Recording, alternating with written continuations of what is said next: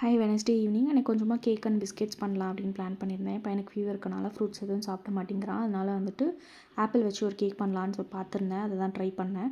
Apple, dates and milk போட்டு நல்லா fine பேஸ்ட்டாக அரைச்சி எடுத்து வச்சுக்கிட்டு, ஓட்ஸ் அண்ட் நட்ஸ் போட்டு ஃபைன் பவுடராக எடுத்துக்கிட்டேன். அதோட 2 ஸ்பூன் கோதுமை மாவு, பேக்கிங் சோடா, நெய் மட்டும் ஆட் பண்ணி நல்லா மிக்ஸ் பண்ணி கேக் மிக்ஸ் வந்து ரெடி பண்ணி எடுத்து வச்சுட்டேன். அதுக்கப்புறம் பிஸ்கெட்ஸ்க்காக பட்டரு, நாட்டு சர்க்கரை அண்ட் டேட்ஸ் பவுடர் போட்டு நல்லா மிக்ஸ் பண்ணிவிட்டு, பேக்கிங் சோடா 1 கப் அளவுக்கு கோதுமை மாவு போட்டு நல்லா மிக்ஸ் பண்ணி பிஸ்கெட்ஸ் வந்து ஷேப் பண்ணி எடுத்து வச்சுட்டேன். ஓடிஜி வந்து ஒரு 20 மினிட்ஸ் ப்ரீ ஹீட் பண்ணியிருந்தேன். ஸோ ஒன்றாவே பிஸ்கெட்ஸ் அண்ட் கேக் வச்சுட்டேன். பிஸ்கெட் வந்து நல்லா கிறிஸ்பியாக எடுத்துட்டேன். 20 மினிட்ஸில் நல்லா இருந்தது. கேக் வந்து ஒரு 30 மினிட்ஸ் வச்சுருந்தேன். அது வந்து வேகாத மாதிரி உள்ள கொடன்னு இருந்தது. அகைன் வந்து ஒரு 10 மினிட்ஸ் வச்சேன். அப்பயும் வந்து வேகாத மாதிரி இருந்தது. பட் நான் இதுக்கு மேலே வைக்க வேண்டாம் அப்படின்னு சொல்லி வெளியே எடுத்து வச்சுட்டேன்.